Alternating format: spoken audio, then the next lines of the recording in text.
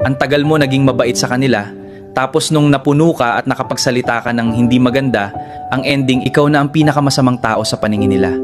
Nakakalungkot, di ba? Pero ganyan ang realidad. Hindi nila nakikita ang lahat ng pagkakataon na pinipili mo na lang manahimik.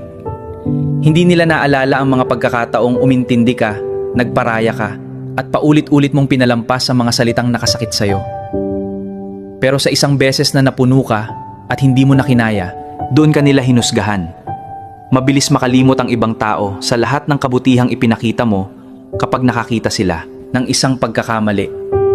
Isang reaksyon lang ang nakita nila.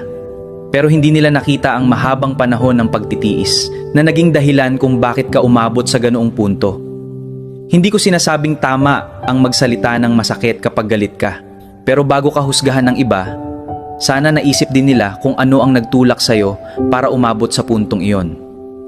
Dahil walang tao na basta na lang sasabog kung hindi pa ulit-ulit na nasasaktan, napapagod at napupuno.